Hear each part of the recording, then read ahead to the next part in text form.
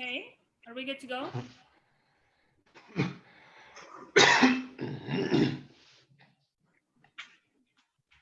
Hər vaxtınız xeyir, dəyərli izləyicilər. Növbəti qonağımız qeyd etdiyimiz kimi postda Beynəlxalq Anti-korrupsiya Akademiyasının professoru, Beynəlxalq hüquq üzrə Professor Eduard İvanovdur. Mövzumuz beynəlxalq anti-korrupsiya standartları, anti-korrupsiya üzrə uyğunluqdur. Başlaya bilərik. Bugünkü moderatorumuz Zemfira xanımdır. Buyurun Zemfira xanım, söz sizdədir. Hi everyone, I'd like to introduce our speaker in English. So first of all, Professor Eduard Ivanov, thank you very much for being here and joining us. We do appreciate your collaboration. I'd like to mention that Professor Ivanov is a professor at international law at National Research University and has held different positions.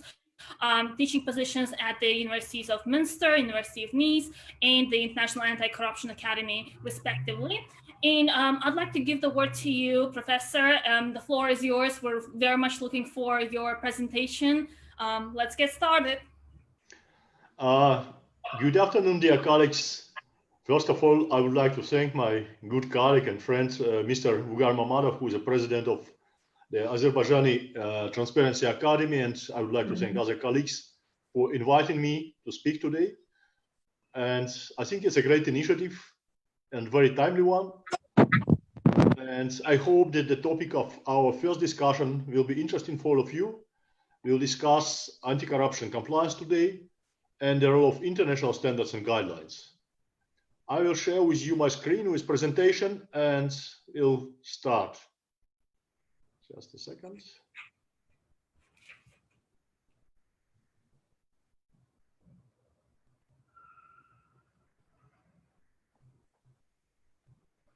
Okay, great. So we can see the screen. I hope everyone can see the screen. If not, please let us know. Okay. So, you know that corruption is a very dangerous issue. I don't think I have to explain it in this professional audience. And for many years, governments concentrated their efforts on anti-corruption measures in public sector. There are various measures that you know very well, I believe, such as various restrictions and limitations for public servants, prevention of the conflict of interest, anti-corruption expertise of legal acts, of course, various law enforcement measures. But nowadays, the anti-corruption compliance in the business sector has been becoming more and more important in the system of global anti-corruption efforts. You know, there are various types of compliance, and generally speaking, compliance has been becoming a growing issue in the international community and in international business.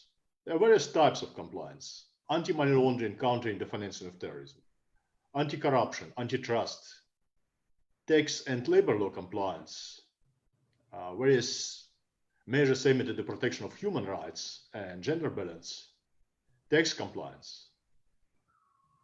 Some of these types of compliance are mandatory.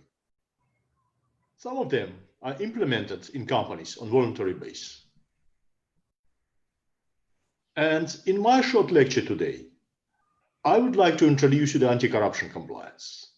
We will discuss, first of all, the incentives for companies, why they implement anti-corruption compliance. Then we will discuss the role of international anti-corruption compliance standards and guidelines. And finally, how to use these standards and guidelines to design and implement anti-corruption compliance programs in companies. After that, we will have time for your questions, and I'll be happy to answer. Anti-corruption compliance is not mandatory. And proactive implementation of anti-corruption compliance in companies started in 2008-2010 under the influence of proactive application of the US Foreign Corrupt Practices Act to foreign companies, and later on under the influence of the UK Bribery Act that was adopted in 2010 and came into force in 2011.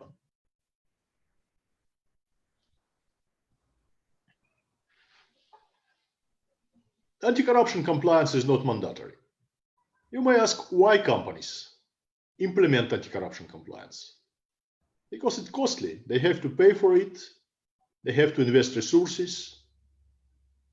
They have to invest time. They have to hire staff. And why do they do it if it's not mandatory? It's quite an interesting question.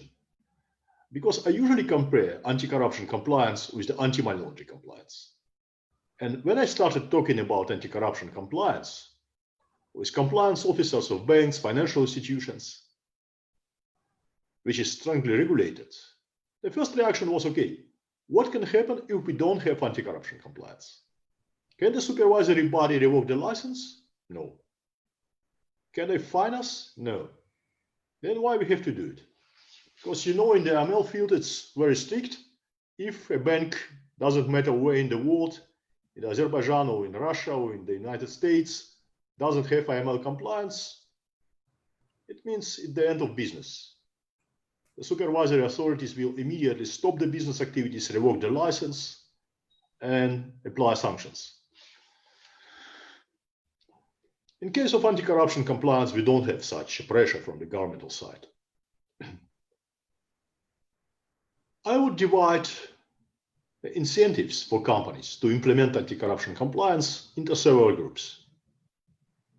The group 1 contains of moral incentives. The second group includes legal incentives. And finally, the third group includes market incentives to implement anti-corruption compliance management systems. Let me start with moral incentives. Sometimes there is a personal position of the CEO of the company or positions of shareholders that they don't accept corruption. This position can have, let's say, moral perception of corruption. They think that it's not acceptable to do business using corruption. It can be also based on very pragmatic approach to business and particular economic or business interests.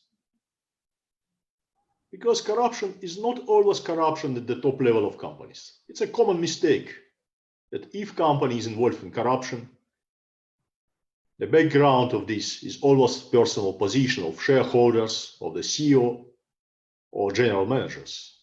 It's not always so. Sometimes, of course, it is. But in other cases, it can be corruption at the middle level of company. Well, middle management commit corruption offenses and misuse the positions they held in the company.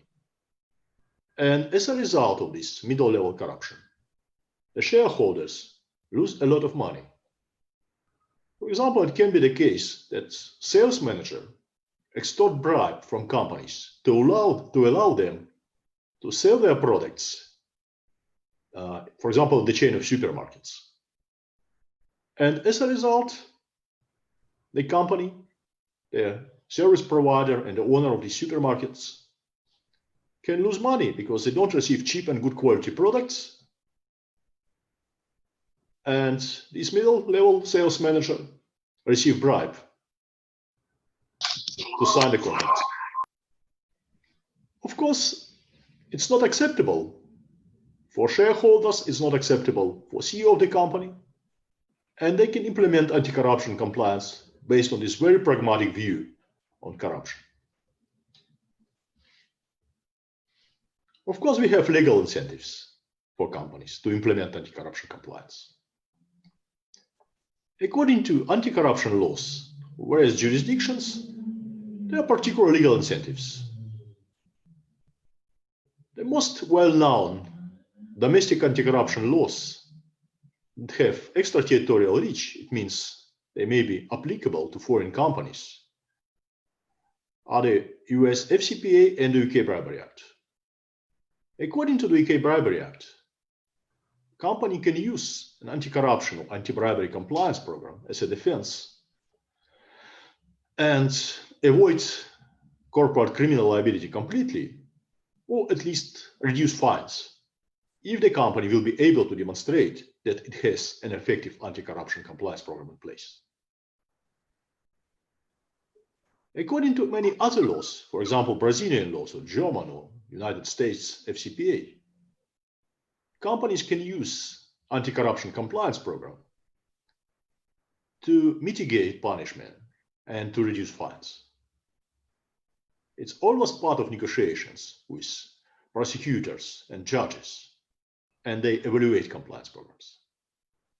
Of course, it's a very serious incentive for companies to have an effective anti-corruption compliance program in place.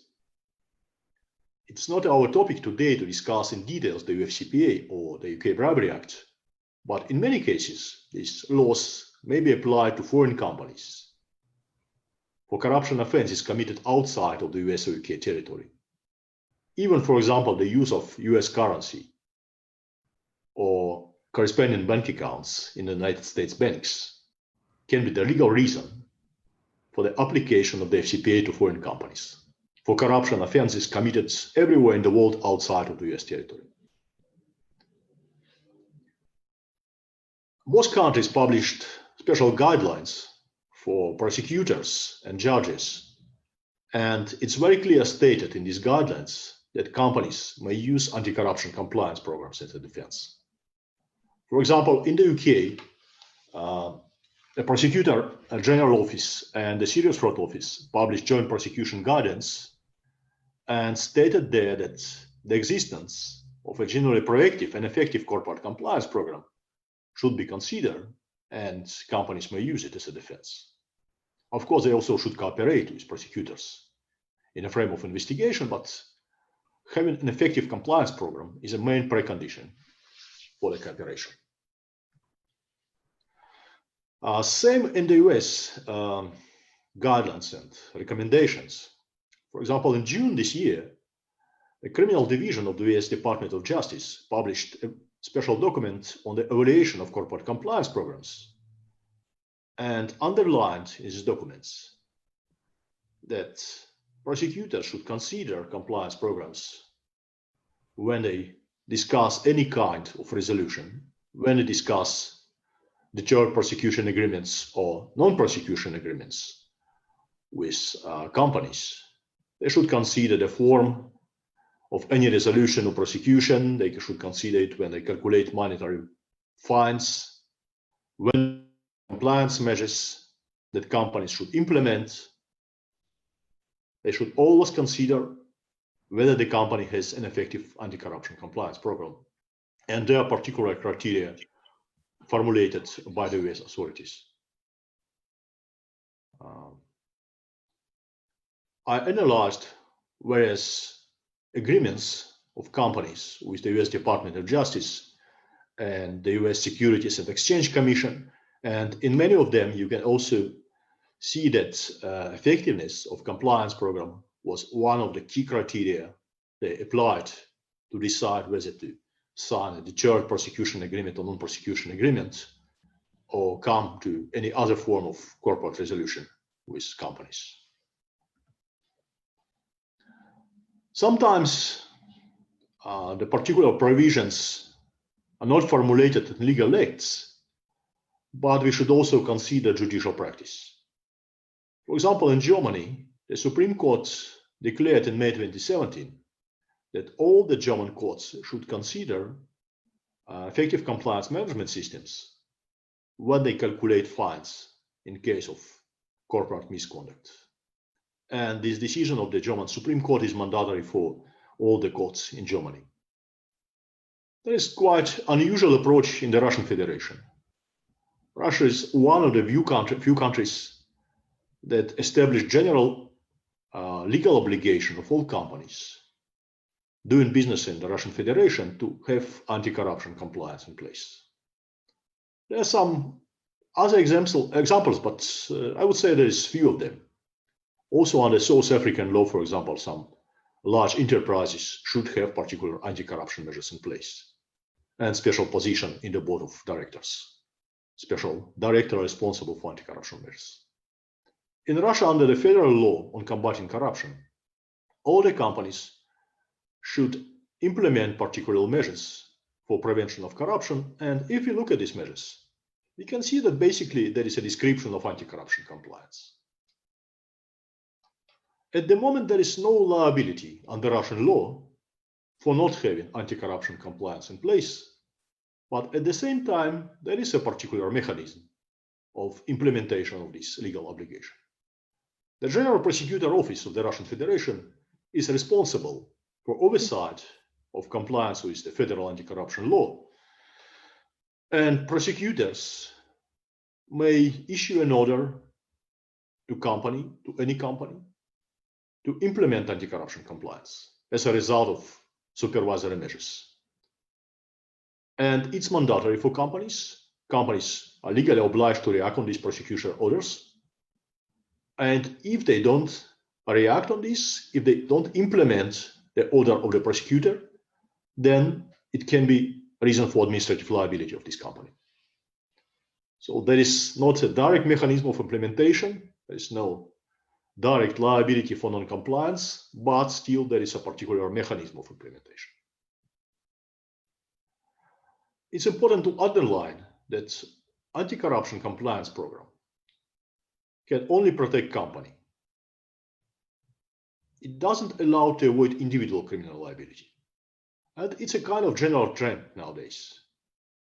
For many years, in the United States, for example, the authorities concentrated, first of all, on criminal liability of corporations.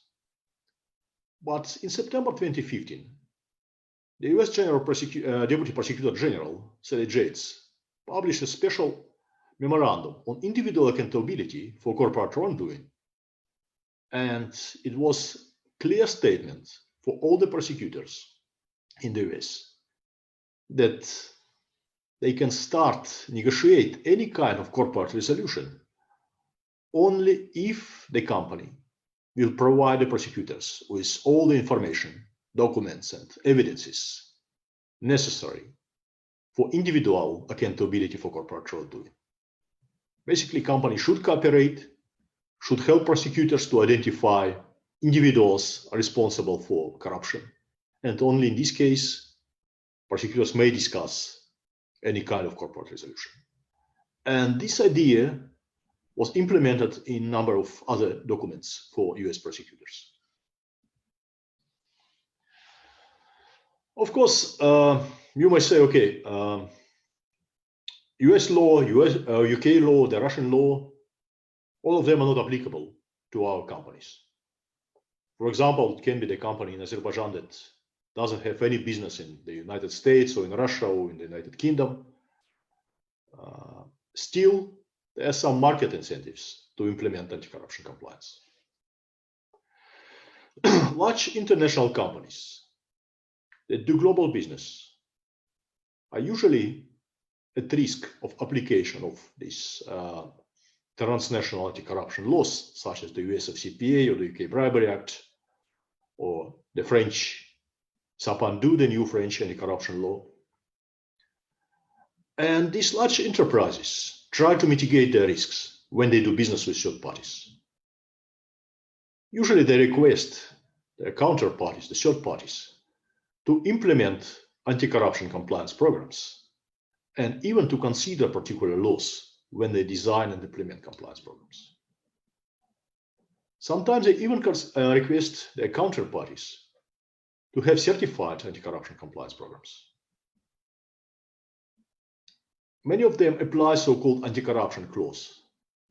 The anti-corruption clause is a part of the contract that establishes an obligation of counterparty to have particular anti-corruption measures in place, to provide company with information about these measures, and even to allow to conduct audit of anti-corruption measures and to check if these measures are really implemented, to be sure that the company has a real compliance program, not just compliance program on the paper.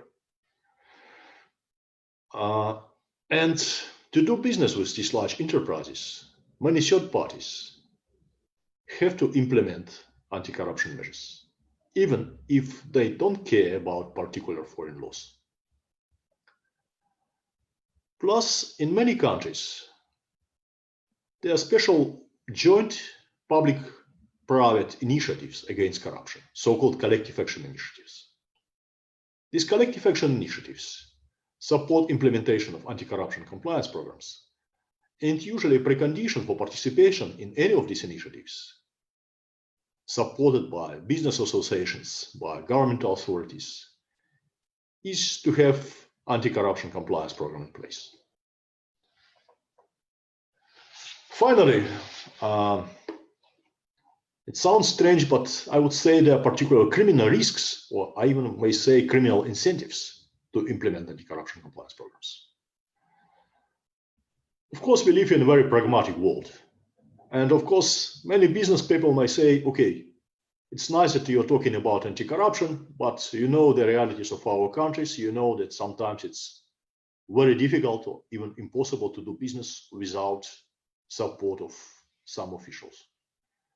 And of course, I'm not a naive person. I spent many years working in this field. And I would say that there are particular real criminal risks for companies, besides of risk of prosecution and punishment under criminal law, when the companies do business with corrupt business partners, corrupt officials. Speaking from a very pragmatic point of view, I would say that, first of all, when a company has corrupt business partner or corrupt employee who is responsible for maintaining some kind of corruption relationships, for example, in public procurement or in relationships with supervisory bodies, company depends significantly on these relationships. For example, if the company has a corrupt employee responsible for this kind of shadow relationships in business, and then competitor will pay more than company can lose the business if the company is fully dependent on this person. Same with corrupt business partner. It can be the situation that company will be victim of extortion, and these corrupt partners will increase their rates or will not fulfill the obligations on the contracts. And in case of any legal suits against the company, all the corrupt relationships will be used to support the position of this counterparty and to fight against the company. So there is a lot of real risks when companies do business with corrupt business partners or hire corrupt employee to solve some problems in government authorities. I know in cases when, for example, banks were involved in criminal business and had criminal customers. And then because of non-compliance, supervisory bodies revoked their licenses. And after that, the bankers had a lot of issues with former customers, and their lives were in real danger. So as you see, there is a lot of reasons why companies implement anti-corruption compliance programs. So we discussed why companies have to implement compliance programs, and as you see, there is, as I said, a lot of reasons for doing so. The second question, how they can do it. And I always like to compare approaches of regulators to anti-money laundering and anti-corruption compliance. It's interesting that approaches of regulators are completely different. Those of you who know anti-money laundering compliance know that there is classical model of legal regulation, easy understandable for all lawyers. There are 5 standards that define general obligations of states to implement particular measures related to IML-CFT compliance. The 5 standards are implemented practically in all the states except North Korea. There are particular domestic laws and regulations that define in details all the obligations of financial institutions and designated non-financial businesses and professions. And banks and other financial institutions know very well what to do and how to do, what are the expectations of regulators. The situation in anti-corruption compliance looks completely differently.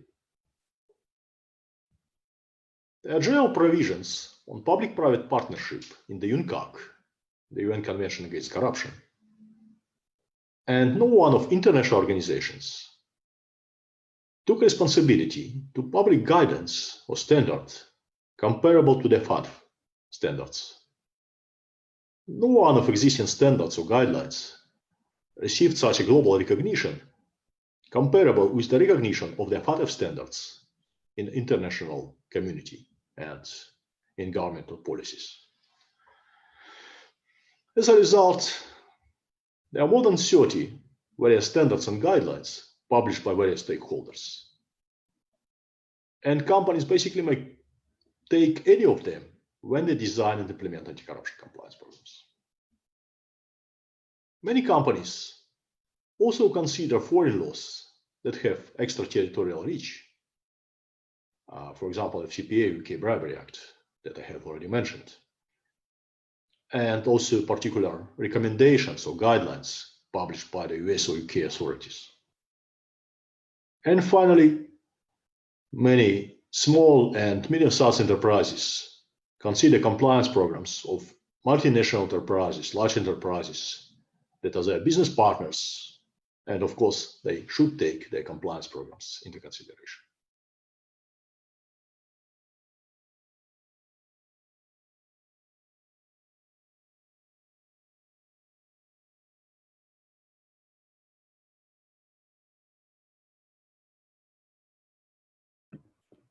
Okay, I think we're having some connection problems here. Let's just give it a minute, and the professor shall be back with us soon, I hope.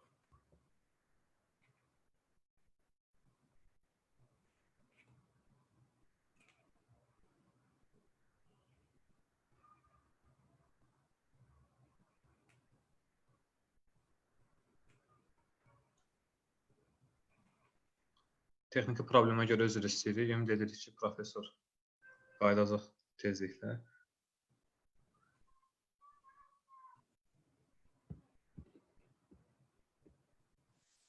Professor, are you back with us? Yeah. Sorry, some kind of issues in the internet, but now it's fine, I believe. All right, we lost you for a moment, so if you could please go back to the point of discussing. Yeah, absolutely. Yeah, just a second, I'll do it. So can you see the presentation now? That's okay? Yeah, it's pulled up. Yeah. Sorry, I think there is a lot of users now who have to work online and was an issues, internet. So, as I said, companies basically may use various sources of information when they design and implement anti-corruption compliance programs.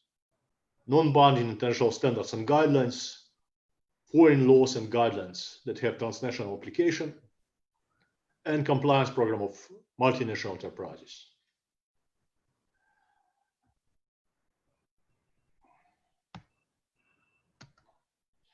You may ask why the approaches for regulators are so different.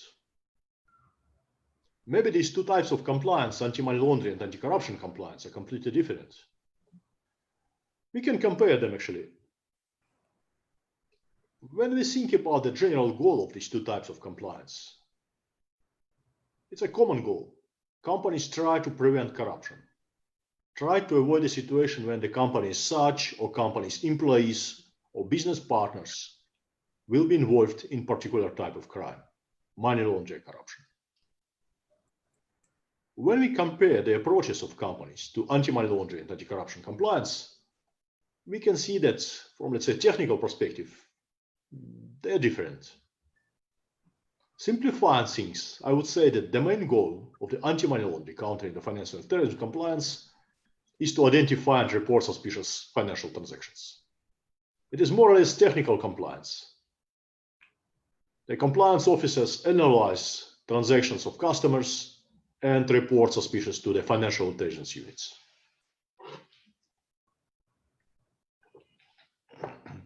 Of course, there is a lot of other obligations, but finally, I would say that the common goal of this type of compliance is to identify and report suspicious transactions. It's more or less technical exercise. The main goal of anti-corruption compliance is to influence behavior of persons associated with a company. You may have a lot of documents, policies, supervisory measures, but at the end of the day, we have a person who in particular situation will decide how to act, to pay bribe or not to pay bribe, to accept bribe or not.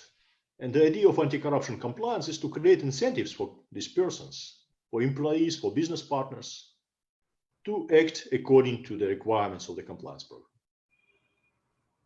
So it's more, I would say, human type of compliance.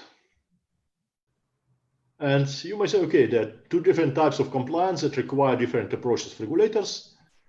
But once again, it's not really true. If we compare the content of AML CFT and anti-corruption compliance programs, we can see a lot of common elements. In both types of compliance, we have due diligence programs, obligations to identify beneficial owners, politically exposed persons or public officials. We have risk management, special measures to identify suspicious transactions and activities. We have policies on training, monitoring, and evaluation of the effectiveness of compliance programs. It means that these types of compliance have many elements that are very similar. The next question, maybe one approach is better than another one.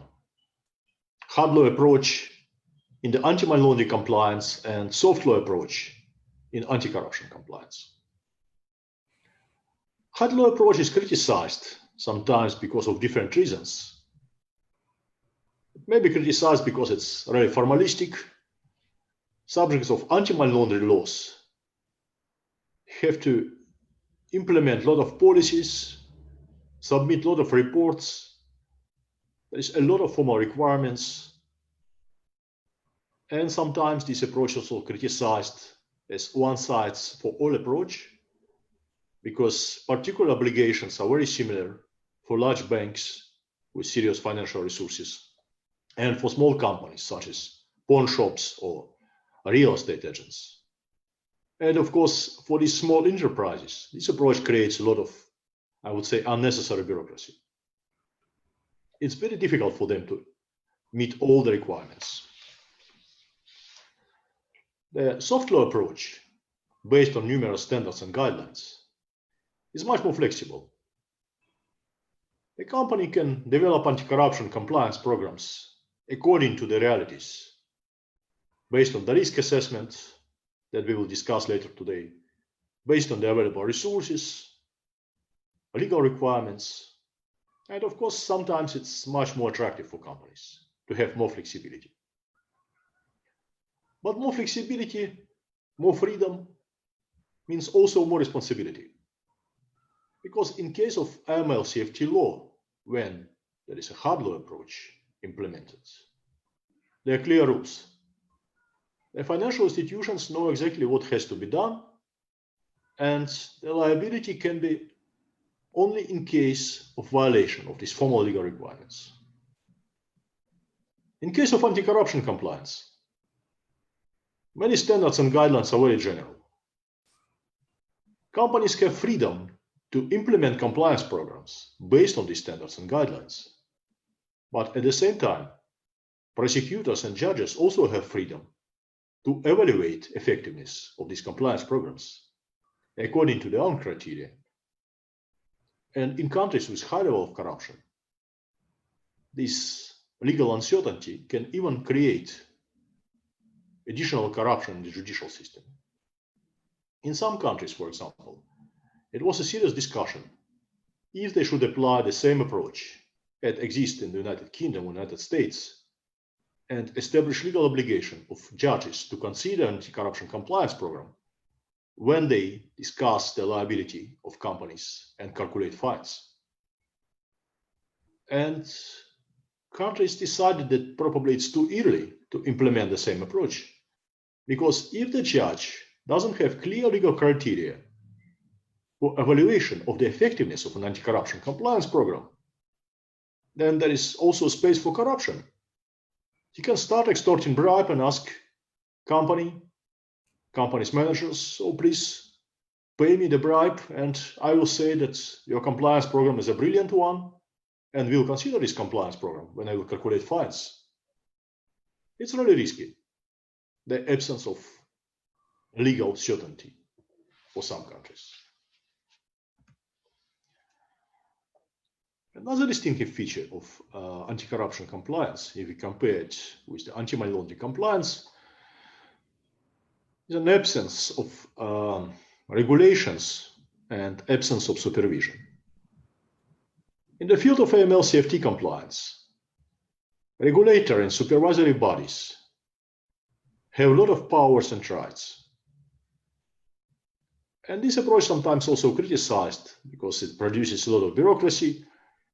Usually business people don't like to have supervisory inspections, to submit reports to various supervisory bodies. And it's understandable. But at the same time, the supervisory bodies or regulators share responsibility for the quality of compliance program. If companies don't know how to implement particular legal provisions, how to understand the legal norms, they always may send requests to supervisory bodies and ask them for clarification. And this clarification is free of charge. They are not obliged to pay for this kind of consultancy. In case of anti-corruption compliance, the situation is different. If company is not involved in corruption, nobody from supervisory authorities will check if the compliance program is effective or not. Only if someone commits corruption offense, the employee or the business partner, prosecutors will evaluate the compliance program of the company.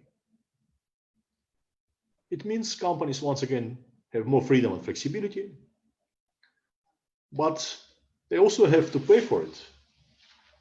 First, they have to pay for design and implementing compliance programs if they're not able to do it using own resources, own staff. Then sometimes they should pay for certification. And if they have any questions, they always have to pay to consultants, to legal advisors. And they don't have partner who can provide such kind of services free of charge. It's interesting that the French anti-corruption authority is the first one that received new functions comparable to the functions of supervisory bodies in the field of anti-money laundering, countering the financing of terrorism compliance. The French supervisory authority established two units. One of them is responsible for providing consultancy to companies. This unit should help them to implement effective anti-corruption compliance programs. And the second unit is responsible for supervision and even has right to conduct supervisory inspections. We will see if it will be a successful experience. Maybe it's a first step toward to the AML-CFT compliance regulations approach. I have mentioned already collective action initiatives against corruption. And I have to say that these collective action initiatives also provide support to companies when they implement anti-corruption compliance programs.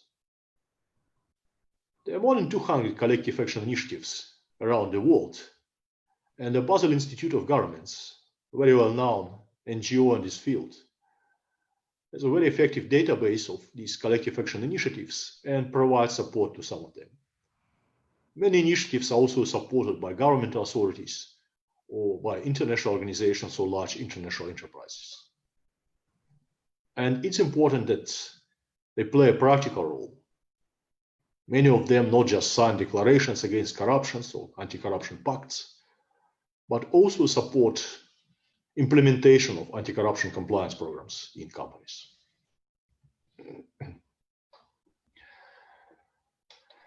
To summarize this part, I would say that distinctive features of anti-corruption compliance are the flexible approach of regulators, numerous anti-corruption compliance standards and guidelines, and a limited or very limited functions of government authorities in regulation of anti-corruption compliance. Usually, companies implement anti-corruption compliance on voluntary basis and may use various sources of information when they design and implement anti-corruption compliance programs. Of course, in this situation, many of them consider international anti-corruption compliance standards and guidelines. I would say it's quite a difficult exercise because the reality of numerous SMEs is that one person in company is responsible for MLCFT and anti-corruption compliance, for other types of compliance, and this person has to develop compliance program based on various standards and guidelines. In the Anti-Corruption Academy, we conducted comparative analysis of anti-corruption compliance standards and guidelines and divided them into several groups. The international and domestic standards and guidelines, standards and guidelines adopted by various stakeholders, general specific standards and guidelines, the standards and guidelines on anti-corruption and anti-bribery compliance, and finally some standards and guidelines specifically developed or applicable for small and medium-sized enterprises. Our analysis demonstrated that there are 17 standards and guidelines developed by international intergovernmental organizations and bodies, UNODC, UN Global Compact, OECD, OSCE, and some other international organizations. There is no any hierarchical system of the standards and guidelines.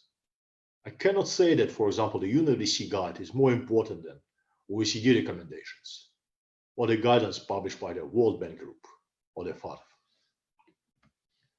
There are also 4 guidelines developed by international NGOs, International Organization for Standardization, that published very well known ISO standards anti-bribery management system.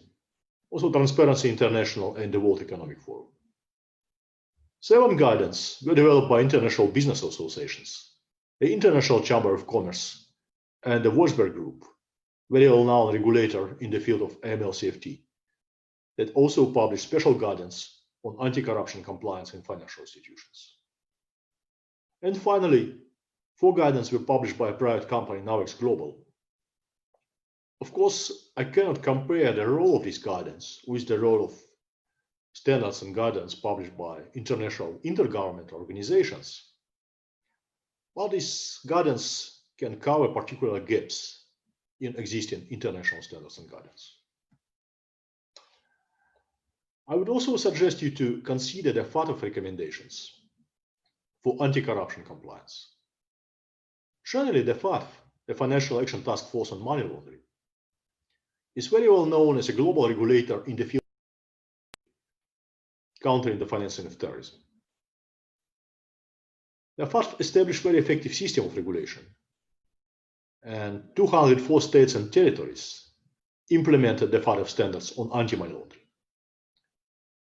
This international body has a very effective mutual evaluation system and may request the FATF member states to apply sanctions for non-compliance or to apply special measures, for example, enhanced due diligence to the transactions and companies, residents of countries that don't comply with the FATF standards or don't cooperate in this field.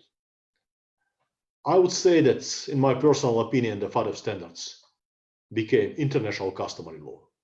They are not just recommendations anymore, but international customary law. It means mandatory provisions for states and territories.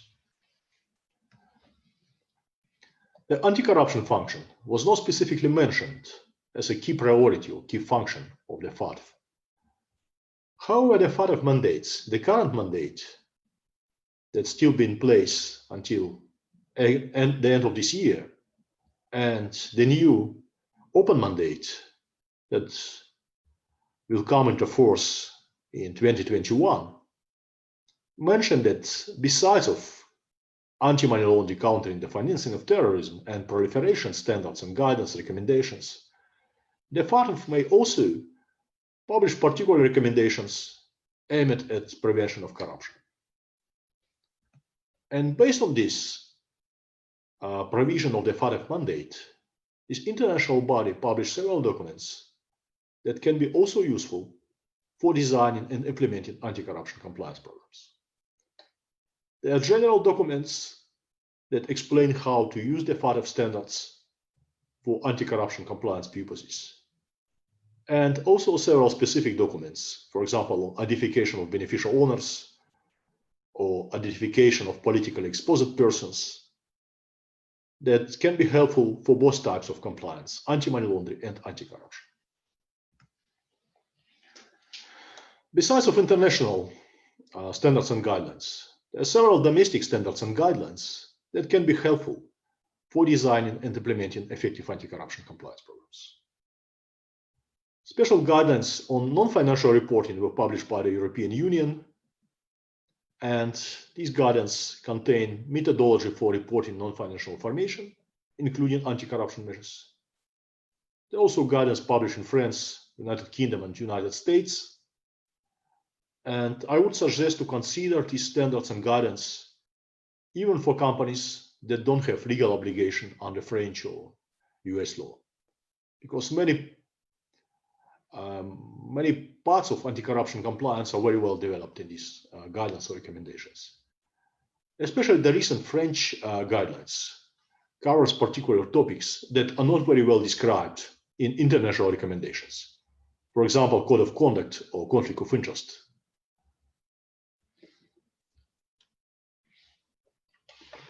As a rule, anti-corruption compliance standards and guidelines use the term corruption, because you know that bribery is just one of various corruption offenses.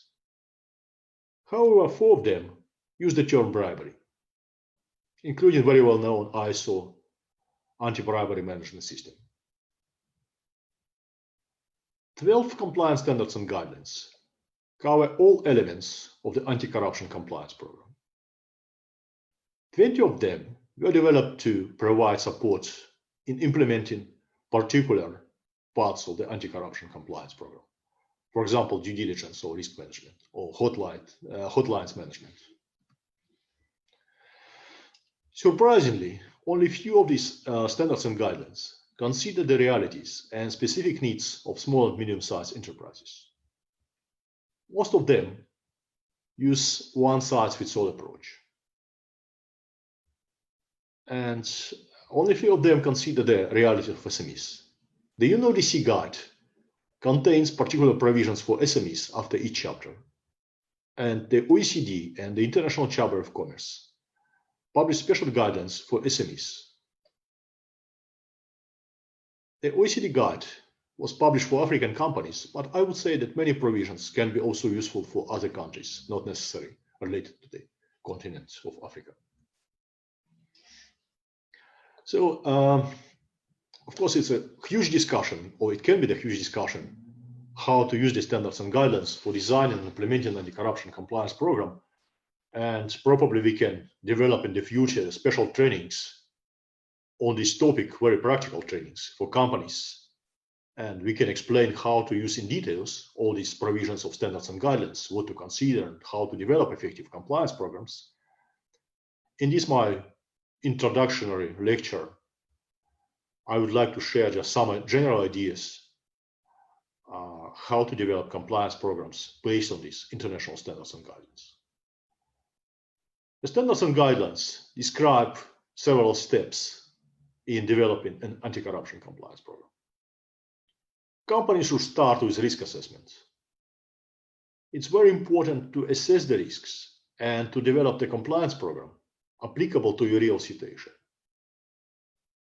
It's a kind of common mistake when companies simply copy-paste provisions of various standards and guidance, international or domestic, because this compliance program will be never effective. It depends on your area of business, field of business, countries where the company does business, relationship with business partners, with government authorities, and many other factors to be considered.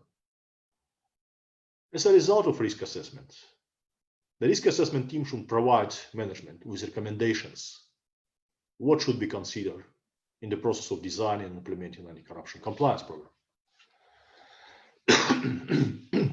It is also very important to define applicable laws. And the company should consider not only law of your own country, but also laws of countries where you have business partners and laws of countries that have extraterritorial reach. For example, the US law, French law, the UK law. And it is important to define principles and values. And these principles and values should be also based on the realities of the country. You don't need to include nice declarations in your compliance program. The principles and values should be understandable for employees, for your business partners. Only in this case, they will agree with your principles and values and will act according to your requests. Of course, you should also assess available resources, because otherwise you will have a brilliant compliance program on the paper, but this program will be never helpful to prevent misconduct, to protect company from corruption. It's important to know how many people will be responsible, how many staff members will be responsible for anti-corruption compliance. If you have financial resources to subscribe for particular IT programs for anti-corruption compliance, to buy particular database,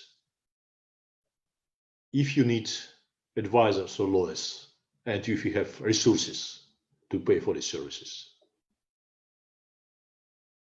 When you have the whole picture, you know your risks, you know applicable laws, and you know your resources, you can start design your compliance program and draft internal documents. Once again, you should decide if it will be the task for your own employees, or you have enough resources to hire external advisors who will help you to do so. And the last stage is communication of an anti-corruption compliance program. Communication is even a preventive measure. When, for example, public officials know that the company has an anti-corruption compliance program,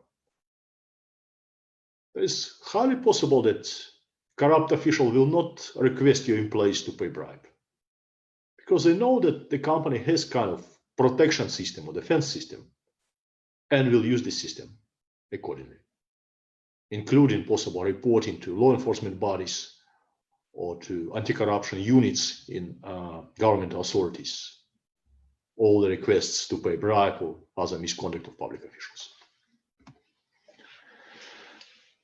When a company conducts risk assessments, it should consider geographical risks, industry-specific risks, also risks in the specific processes, for example, interaction with government authorities, for example, with custom office or tax authorities, risks related to a business model of an organization, if it's centralized or decentralized, if you should manage also branches or representative offices in other jurisdictions and consider applicable laws. Also, risks related to personnel and organizational structure.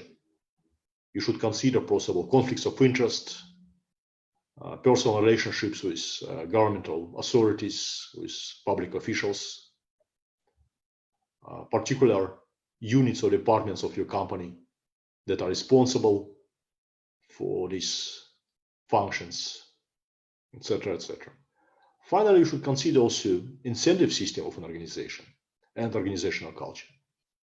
If, for example, there is an absolute priority to have profit, doesn't matter how, and employees understand it, of course, they will do business considering, first of all, this aim, and the anti-corruption measures will be not so important for them.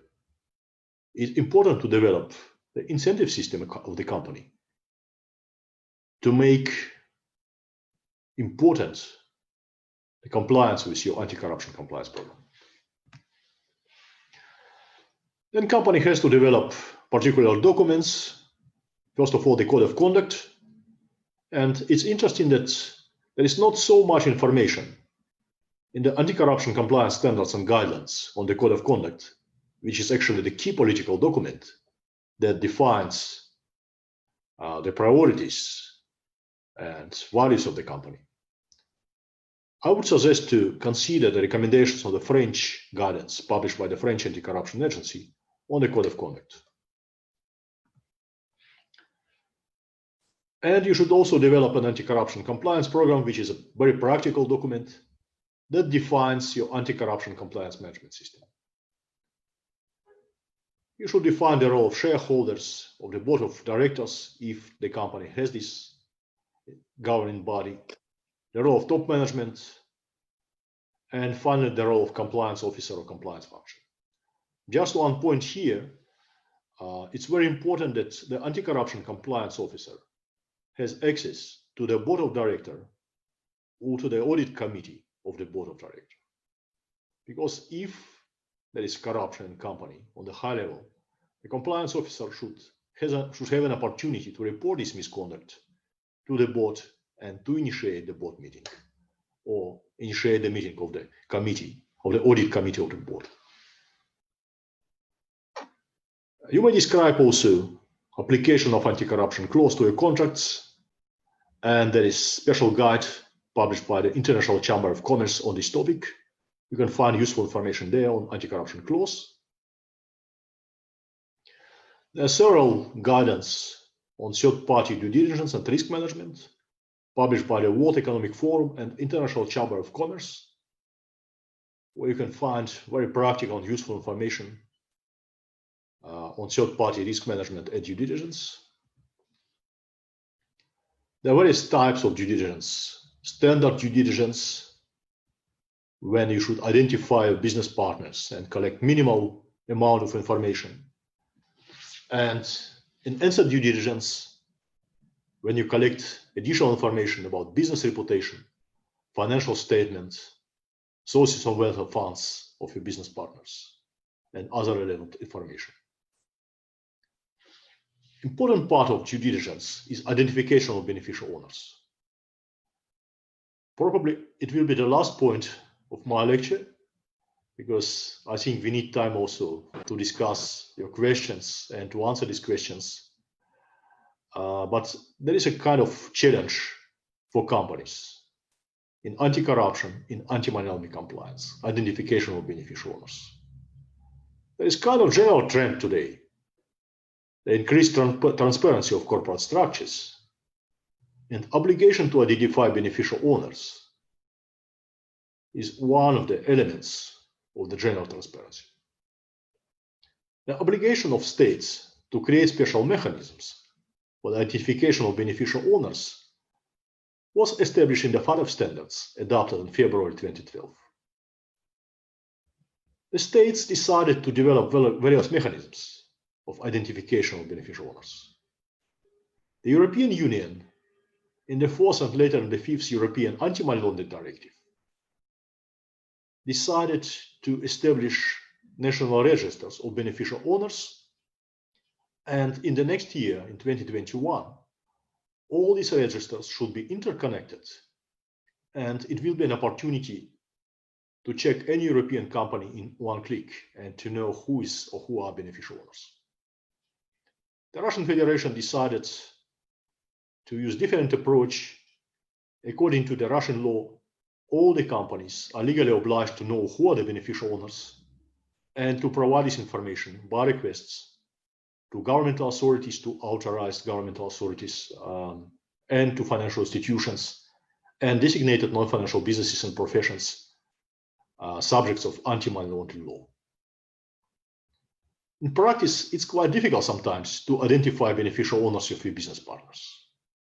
It's easy if you have, for example, Azerbaijani company as your business partner or company owned by another Azerbaijani company, and for example, to natural persons, citizens of the Republic of Azerbaijan. Of course, you can easily know who are beneficial owners, that is, two physical persons.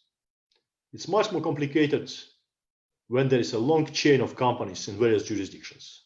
For example, you have an Azerbaijani company, your counterparty, the owner of this company is another company registered, for example, in Cyprus, and that company has another owner company on Bahamas, and this Bahamas company, another one owner, for example, in the state of Delaware in the United States.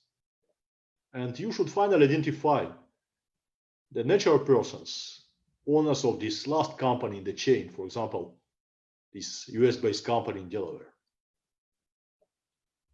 In practice, companies use various approaches.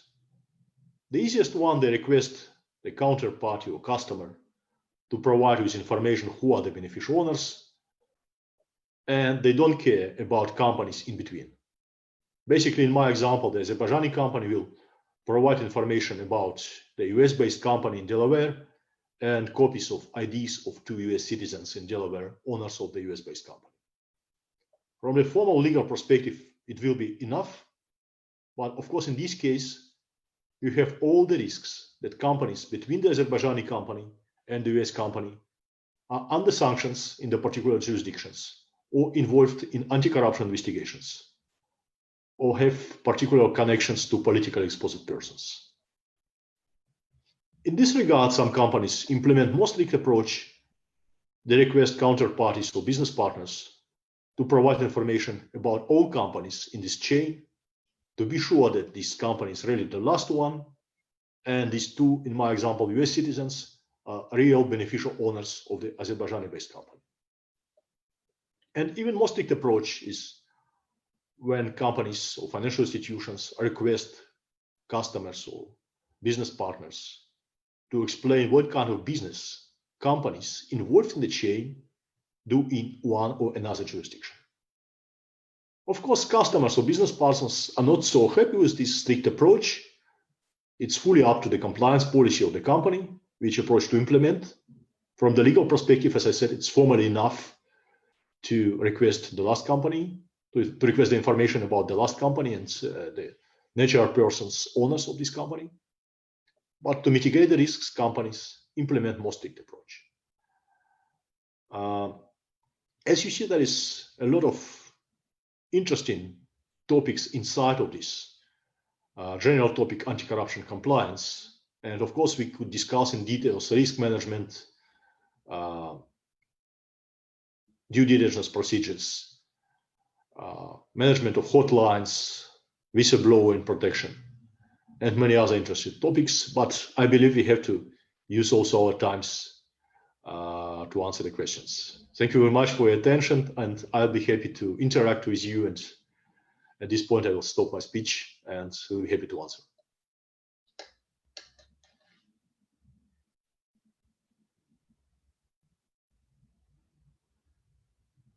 Do we have any questions or comments to discuss?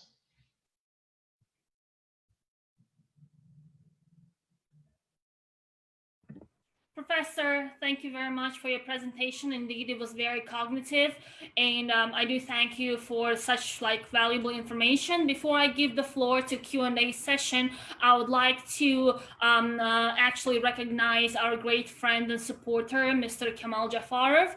And he's a member of the Parliament, National Assembly. We do thank you for your participation. And I'd like to see first if Mr. Cəfərov has any remarks, and I'd like to hear him out on his thoughts on anti-corruption compliance. Mr. Cəfərov, are you with us?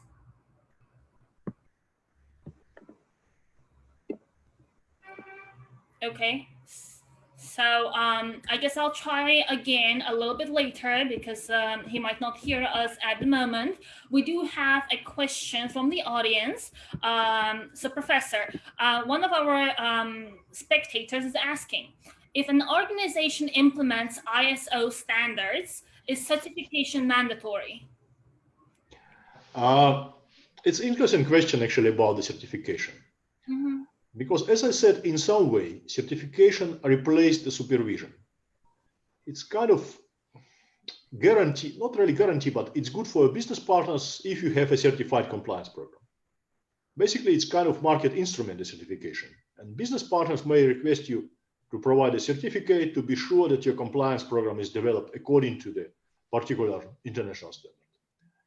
At the same time, it's absolutely voluntary for companies, because no one of prosecutors or judges in the world are legally obliged to consider certificates, ISO certificate or any other certificate that confirm that your compliance program was developed according to the particular international standards.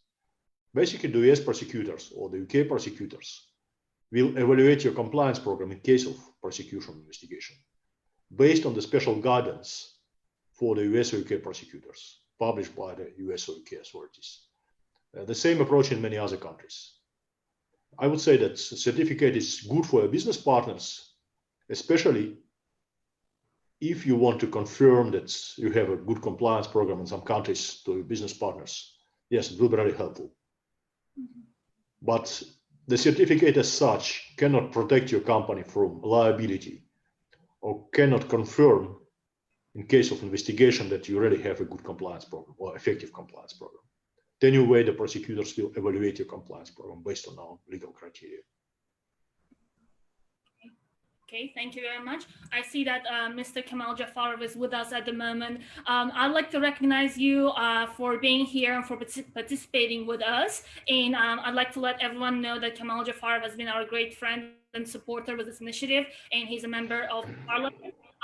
Mr. Cəfərov, I'd like to give you a word and to see if you had any remarks and if you'd like to mention anything about the anti-corruption compliance and our dear professor's presentation. Thank you very much, Zemfira. I have listened with great pleasure to the presentation, and even though tomorrow I have a draft law to present in the Parliament, so that's why I heard you're recalling me to the the video conference. Just I had a call from my government phone regarding tomorrow's presentation from the vice speaker, so that's why I'm really sorry that I couldn't get your call. Regarding this point, fighting against corruption is one of the top priorities of the government. And my previous position was I was the Executive Secretary of Anti-Corruption Commission. And I also had an MA Education, Mastering Anti-Corruption Studies in International Anti-Corruption Academy. And I was also the focal point for ANCAC and also Open Government. So I'm well familiar with the topic and also anti-corruption compliance and ISO 37001, and I even remember in 2016 we made a huge presentation in Azerbaijan with the participation of public institutions and the private organizations.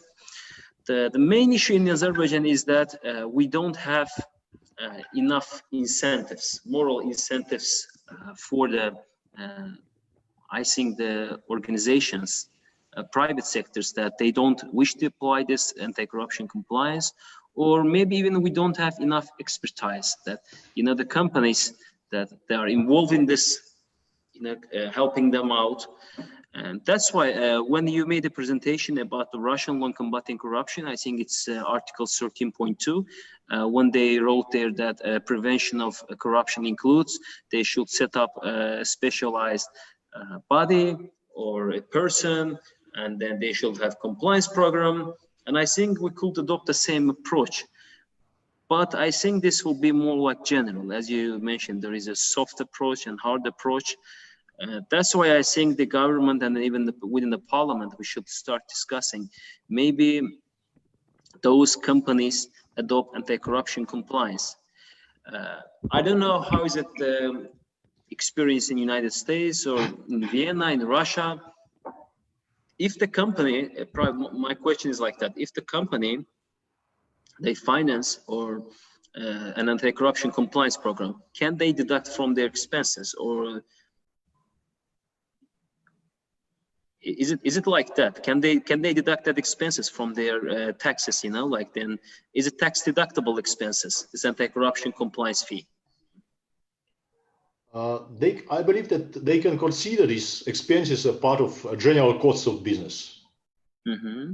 As a rule, the anti-corruption compliance should be considered. Of course, it's legal expenses that should be considered when they calculate the profit. Yeah, probably. But what kind of other incentives do in the other countries they have for private organization if they adopt? Because I remember you mentioned moral incentives, legal incentives, and what was the third one? Third one was market incentives. Yes, market incentives. More like I like the market incentives because right now we have an ongoing discussion within institutions. So they are discussing whether we should require our, the suppliers that they should have certified or uncertified anti-corruption compliance programs. So the situation is like that. In our country, we have high political will in fight against corruption. And so far, since 2004, we have implemented many preventive measures, and including, we are also part of GRECO, OECD. We're also how can I say, we have successfully implemented their recommendations. But regarding the private sector, I think we have some leap that we could, you know, work on this side. But I don't know how the parliamentary, you know, the NMP should be involved in this part, in this position. But I believe our role should be in this matter through the legislation. Maybe we should start thinking about drafting the new anti-corruption legislation, or making some amendments to the current law on fight against corruption to add new article regarding the private sector. So what do you think? Have you ever been in Baku? Unfortunately not. I have a lot of even classmates who studied with me at the Moscow State University from Azerbaijan, actually my good friends. Unfortunately, personally never been, but I'll be happy to visit sometimes. Maybe we can do something together. Maybe within the Transparency Academy, IACA, and then, I don't know, maybe we could organize after this pandemic is over, maybe we should organize something in face-to-face meeting. And then also we could organize a meeting with the high-level government officials and also parliament officials, whether to discuss how we could incorporate this anti-corruption standards in daily behavior of the private sector organizations. I believe it's a very good idea, and it's important really to create incentives, not just expect that companies will spend money without real incentives.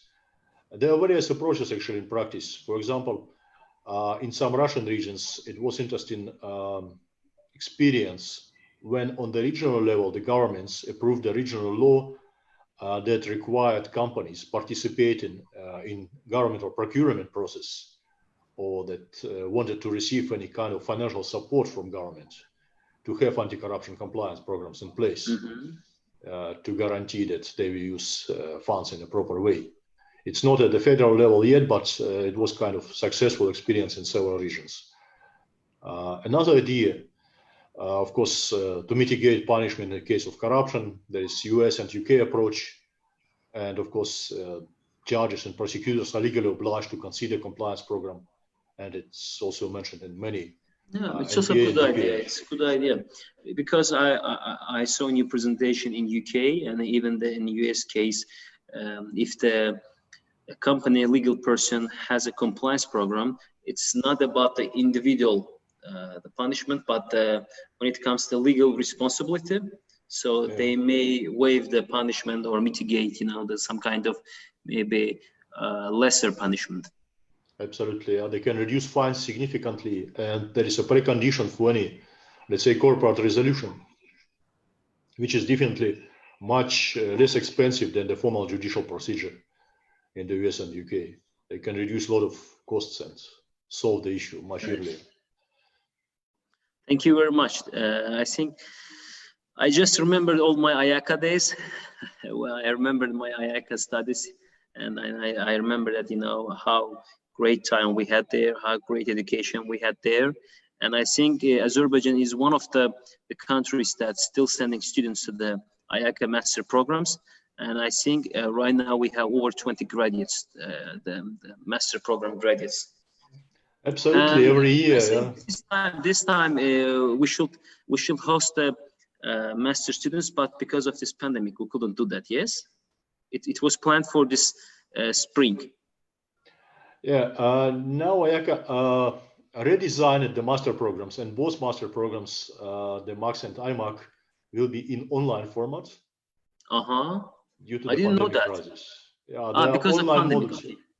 Yeah, there are online modules in existing programs, and fortunately, IACA has still have a lot of good students from Azerbaijan, from General Prosecutor Office, from other agencies.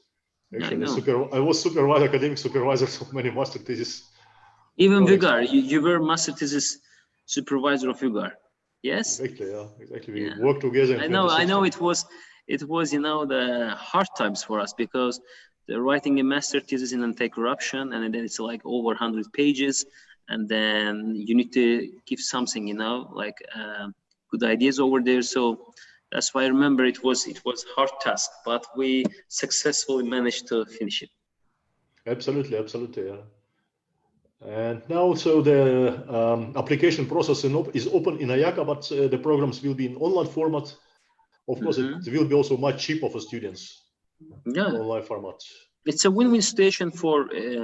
I think this pandemic created an opportunity. Even why we need the teacher to face-to-face. That's something, because I was taking the French course and I was going to the French course at 8 p.m. and then before 8 I have to wake up 7, and then sometimes I was late, sometimes my teacher was late, and then because of this pandemic crisis we said, okay, let's do the Zoom or Skype.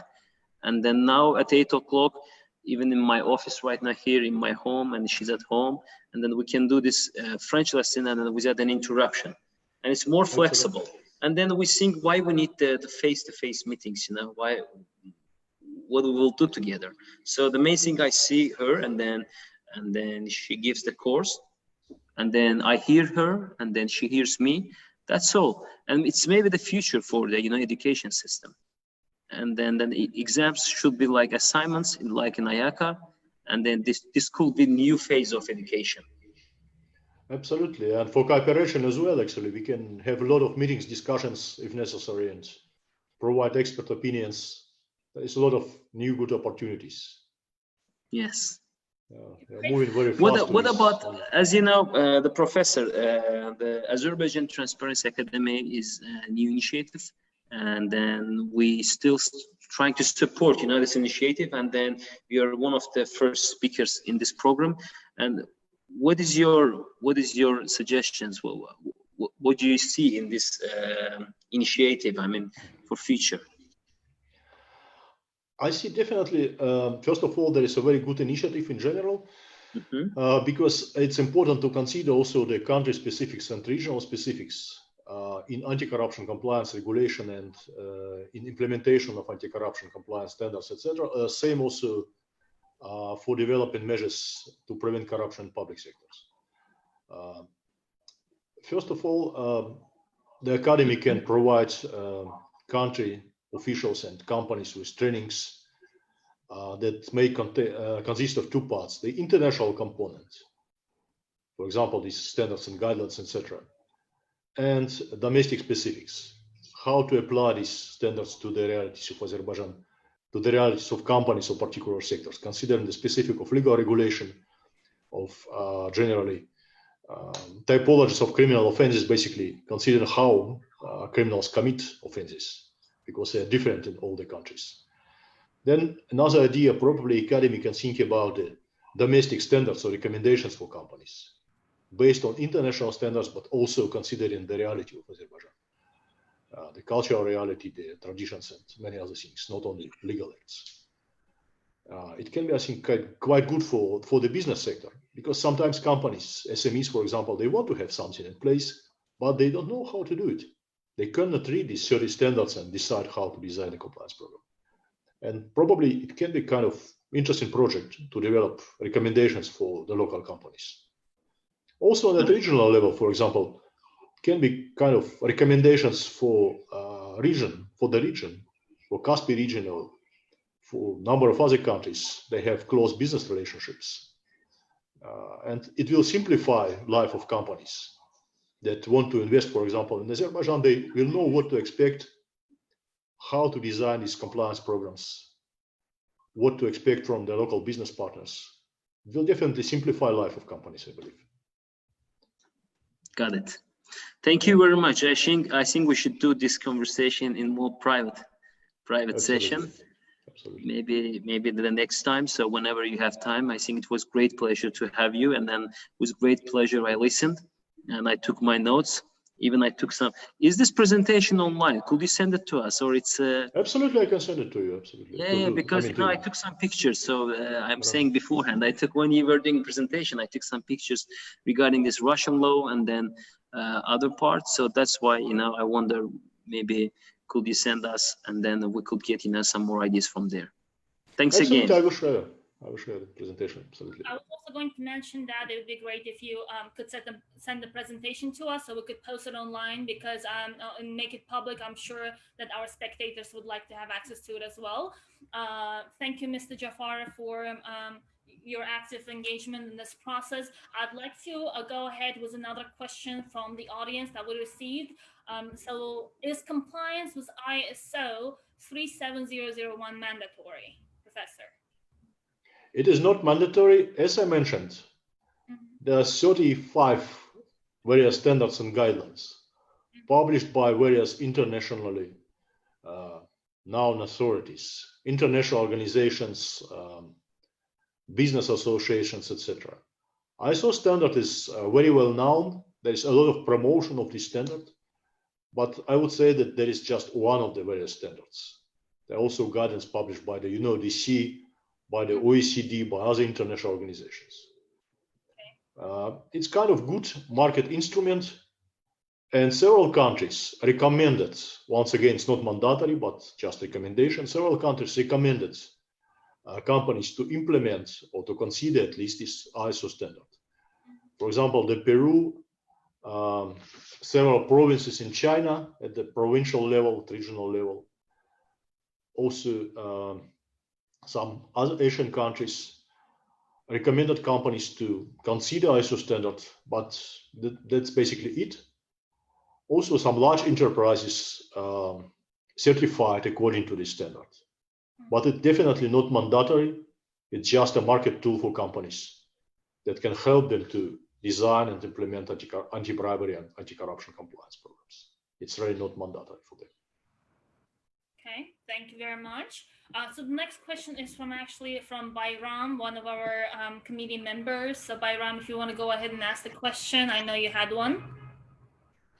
First of all, thank you very much, Mr. Professor, for your accepting our invitation. And you have talked about certification process. My question is that, what are the drawbacks of certification? Actually, certification is a kind of market instrument, because sometimes the business partners want to be sure that your company has a really good compliance program. There is a value. You can demonstrate your business partner when, for example, your company entry to the new markets, highly regulated markets. You can demonstrate that your company complies with all the anti-corruption requirements. And usually how it works, there's various companies, certification centers that provide these certification services. They conduct a serious audit of the compliance program based on the particular methodology, and finally issue a certificate that confirms that the company complies with this ISO standard. And a kind of unification, I would say. If you have the certified compliance program everywhere in the world, you can be sure that, okay, your business partner has similar compliance program as your company has. But it is just a market instrument that, as I said, very well promoted by the ISO and by the certification centers, by companies that provide such kind of services.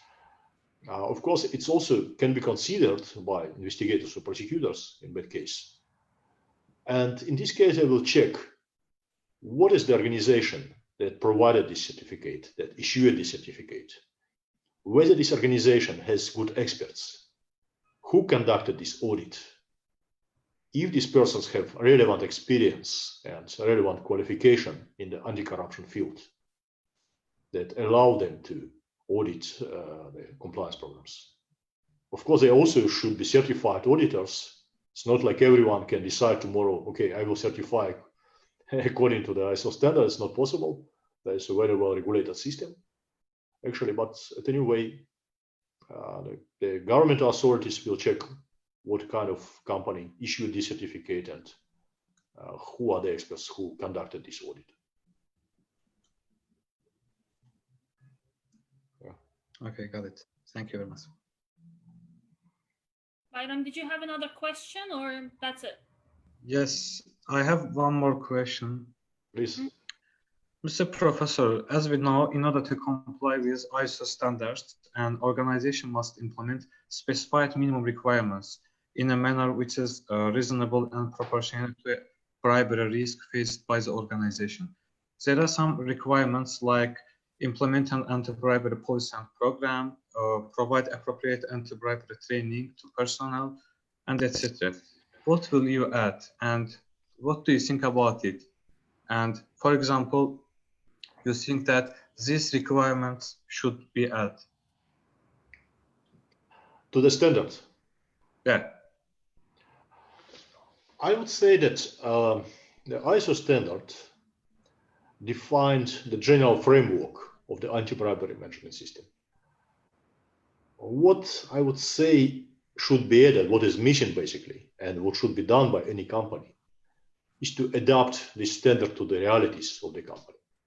For example, corruption risks are different in various countries. Corruption, for example, in Finland is not the same as in Azerbaijan or in China or somewhere else. It means that the risk assessment program should be developed by the company, considering the realities of the country, realities of the sector where a company does business, and realities of the particular company. It's a very important precondition for an effective anti-corruption compliance program, that the company has to develop the risk assessment program, then conduct the risk assessment, and develop the report that will identify the real risks that company may have. You cannot simply copy-paste the ISO standards and put the name of the company in this. It will never help you. Risk assessment is key. Then another point is due diligence system. Once again, you should adapt this system to the realities. For example, in some countries, the particular sources of information are available, registers of companies or beneficial owners, or additional information, and some not. Then you may have enough money, basically, to buy particular IT tools for due diligence. For example, LexisNexis, or I know Refinitiv or something else, or not, or you can use only open sources of information. You're not able to invest money in such kind of IT solutions. It should be also considered in your compliance program, how you do this due diligence in a real way. Also training plus applicable laws. Of course, there are various legal provisions that should be considered, because in some countries there are special requirements for compliance programs. I mentioned Russian law, South African law that have particular requirements. In some countries there are special guidance or standards, domestic guidance and standards published by the local authorities. And of course, if you have business partners there, you should consider these requirements. For example, in Italy or United Kingdom, you cannot simply say, okay, apply this standard, but you should consider the local laws and regulations. This is also important. Also for training. Training is an important part of any anti-corruption compliance program, if it's a real training. Because sometimes company apply a very formalistic approach. Employees would simply sign that they are aware about this compliance program, they are aware about code of conduct, but they never read this. And the training program should be adapted to the real functions of employees. All the examples, all the stories you're going to tell should be adapted to the realities of any position. If someone is involved in day-to-day communication with custom office, for example, which sometimes has issues with corruption, or risk of corruption is higher than by the employees that have any communication with government authorities, then you should give examples how to react on the particular challenges, how to react on extortion, how to react on requests of paying bribe, what kind of documents should be developed, how to report this case. Or for example, if someone is involved in analysis of financial transactions, then you have to give tools. What are the red flags of suspicious transactions or indicators? All the standards are general. Nobody will do this job instead of the company. And as I said, there are general provisions what has to be done, but how to do it, it should be developed, I think, either in domestic regulations or recommendations. For example, the Academy can develop this for Azerbaijani companies. And these recommendations should consider the regional specific, the risks, and the realities of particular sectors. Banks have different risks than, for example, oil companies, or pawn shops or casinos. That's what should be considered in training program. In this case, employees will take it seriously. If they see, okay, there is the real story that can happen in my life, then I have to care about. They should understand what can happen if they don't follow the rules. Otherwise, they will say, okay, it's something written for compliance department. It is their job. They are paid for it. They have to take care about it. It's not my task. I should take care about profits, about sales, but not about compliance. Thank you very much. So if I may, the next question will be from me. I have been thinking about this, and I'd like to ask, so you talked about soft laws and hard laws when it comes to anti-money laundering regulations. So I was going to ask for your opinion, personally, what do you think? So do you think that, it's necessary to apply hard laws when it comes to anti-corruption compliance and regulations for it to be more effective and for states to be more effective with these sort of regulations? What's your view on this, and what's your take on this? It's not an easy question, I would say, because many states had these discussions, I believe. I would say that it depends, first of all, on mentality, because in some countries, especially in the situation of financial crisis, it's very difficult to create incentives for companies to implement anti-corruption compliance if it's not mandatory. I told that when I started talking about anti-corruption compliance to the ML-CFT compliance officers, that always have this very strict regulation, sanctions, serious powers of supervisory bodies. They said, okay, how we can sell this idea to the CEO of the company or to shareholders? Because they have to invest money. And probably case of corruption will never happen. If our company is clean, if the company is never paying bribe, then it will be never prosecuted and nobody will ask us whether we have compliance program or not. But we have to pay today and probably will apply this compliance program in 5 years, or maybe never. And for this kind of, I would say, mentality, of course, if it's mandatory, then there is no way. And owners will invest money in this. I would say from the governmental perspective, probably it makes sense, and there are two ideas when companies should have or should have mandatory anti-corruption compliance. First idea, if they're involved in kind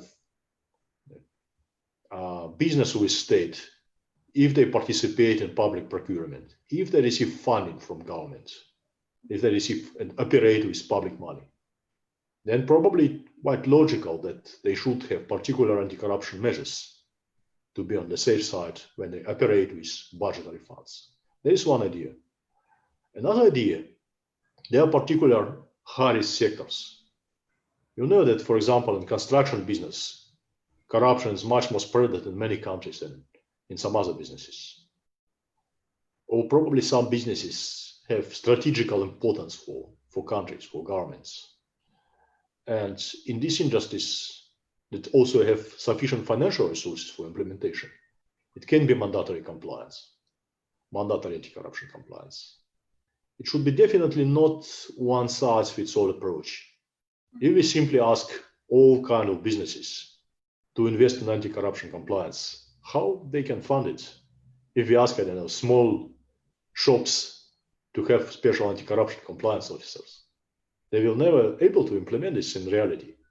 Probably they will write in the job description of someone that he is also a compliance officer, but you can imagine that this person will be never able to do so, to do this job.